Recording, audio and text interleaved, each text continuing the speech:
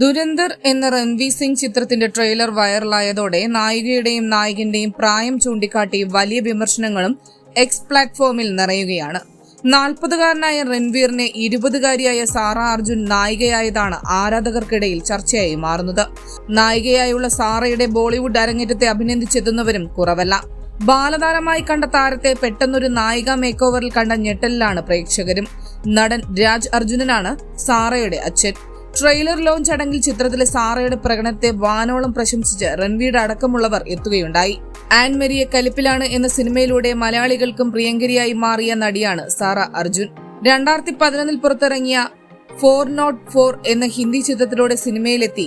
അതേ വർഷം പുറത്തിറങ്ങിയ വിക്രം ചിത്രം ദൈവത്തിരുമകളിലൂടെ സാറ സിനിമയിൽ തന്റെ ചുവടുറപ്പിച്ചു. നില കൃഷ്ണ എന്ന കഥാപാത്രത്തെയാണ് സാറ ചിത്രത്തിൽ അവതരിപ്പിച്ചത്.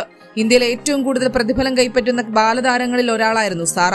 മണിരത്നം സംവിധാനം ചെയ്ത പൊന്നിയിൻ സെൽവനിൽ ഐശ്വര്യ റായ് അവതരിപ്പിച്ച നന്ദിനി എന്ന കഥാപാത്രത്തിന്റെ കുട്ടിക്കാലം അവതരിപ്പിച്ചതും സാറയായിരുന്നു.